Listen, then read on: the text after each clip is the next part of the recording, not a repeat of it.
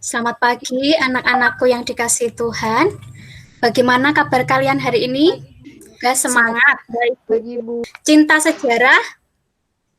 Bagaimana jawabnya? Indonesia. Ya, Ibu. Ya, terima kasih. Nah, Ibu mengingatkan untuk kamera on dalam pembelajaran. Saya tidak mau didengarkan sambil rebahan. Nah, ini nyanyang ini ya. Konsekuensinya untuk kamera off akan dikeluarkan dari meeting. Kemudian wajib berseragam lengkap dan berikan tanda likes untuk kehadiran. Meski absensi kalian itu akan otomatis terdownload. Jadi mohon mengikuti. Baik, teman-teman, sebelum kita masuk materi kita hari ini, marilah kita berdoa agar kegiatan kita hari ini berjalan lancar. Mari kita berdoa. Berdoa selesai. Mari kita menyanyikan salah satu lagu wajib nasional. Terima kasih untuk suara kalian yang merdu. Beri tepukan. Ada di materi perkembangan ilmu pengetahuan dan teknologi bangsa Indonesia pada era kemerdekaan. Kemudian ini yang akan kita pelajari.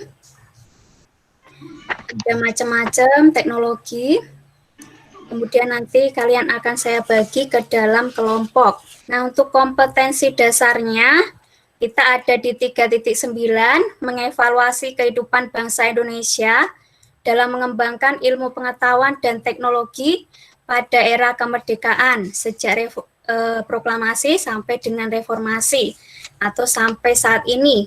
Tujuan pembelajaran kita melalui model pembelajaran project based learning ini, kalian dapat membandingkan teknologi awal dan modern di Indonesia, terutama tadi awal kemerdekaan hingga saat ini, kemudian menjelaskan prestasi bangsa Indonesia dalam mengembangkan iptek, dan nanti puncaknya ada pada masa Orde Baru, dan kita mengalami swasembada pangan tahun 1984.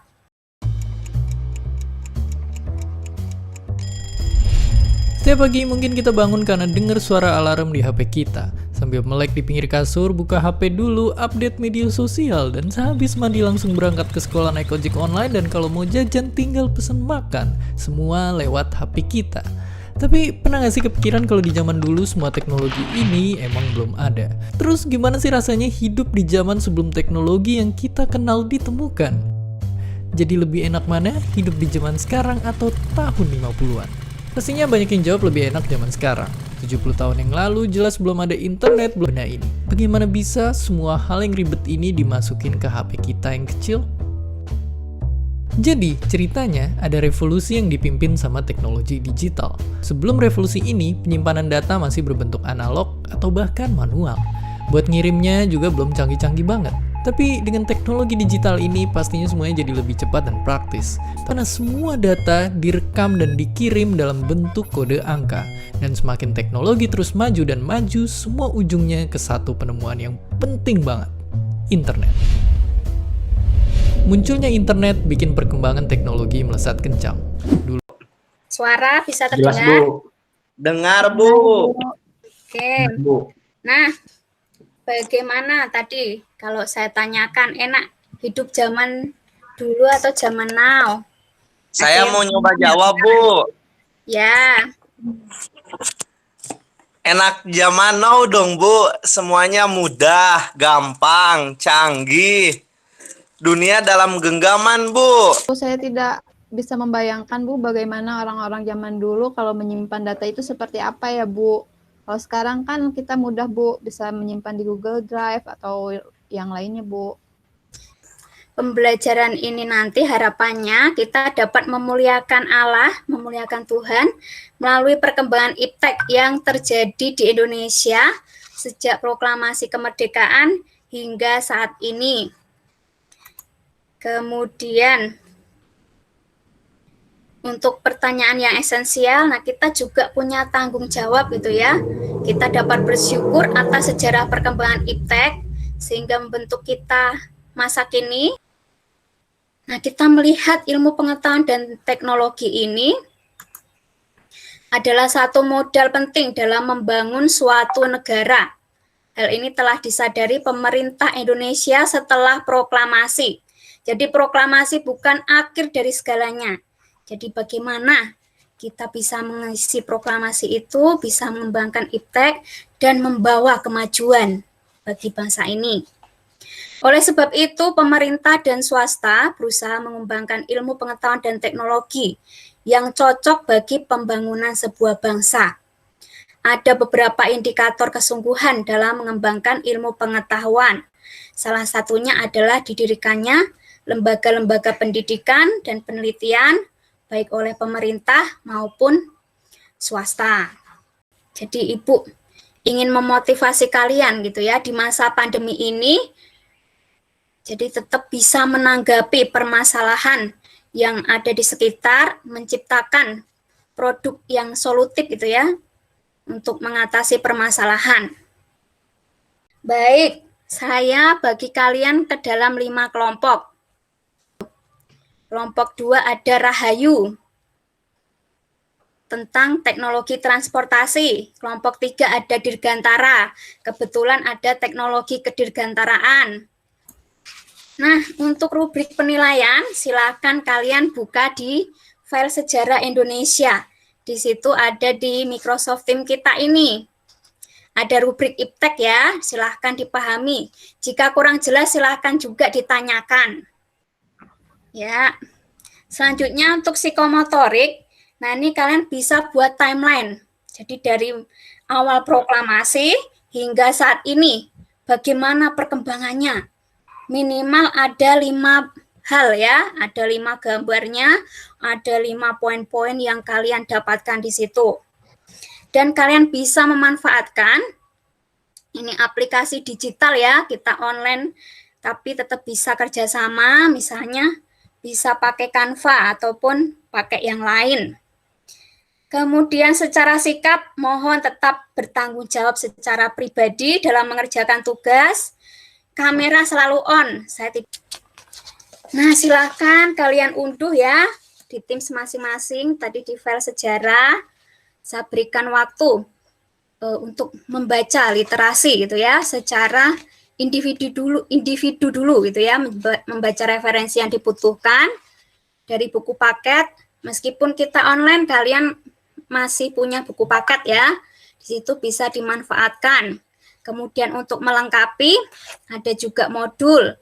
Bisa juga kalian mengakses internet 40 menit kemudian. Rahayu ya. Rahayu dapat apa, Bu? Rahayu nanti presentasi duluan. Dapat uang 1 juta, Pak Hairul. Kirain dapat hadiah. Jadi Rahayu dulu. Nah, yang kedua siapa ya?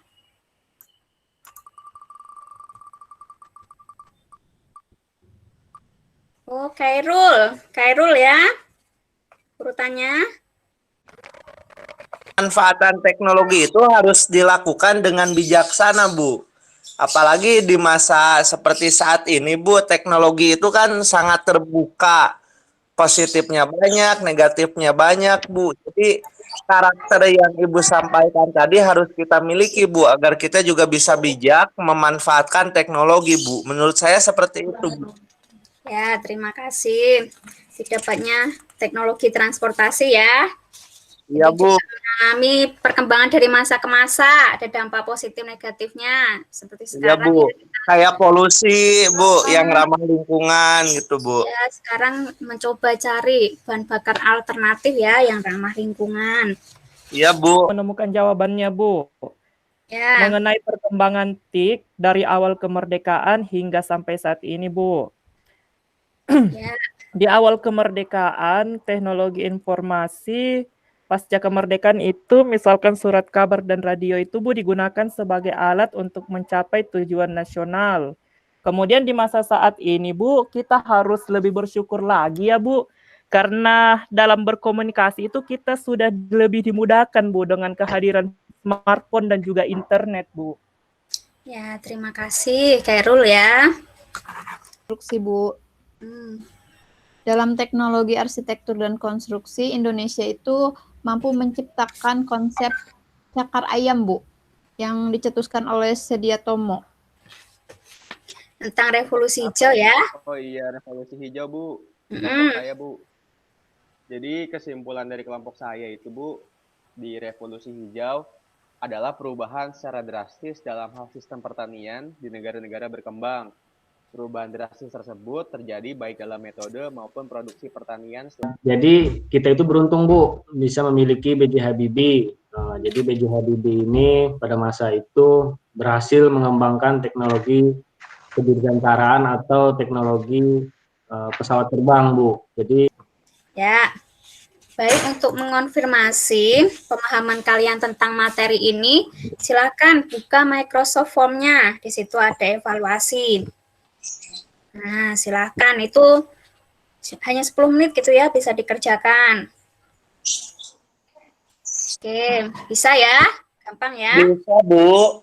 Ya, Bu, sedang dikerjakan, Bu. Nah, selanjutnya mari kita membuat kesimpulan. Sudah 10 menit ya. Silahkan kalian tuliskan kesimpulannya di LKPD masing-masing. Jika sudah, unggah kembali dalam assignment dan berikan nama. Berikut dengan yang tadi gitu ya. Oke, ada yang membacakan kesimpulannya? Saya, Bu. Ya, silahkan.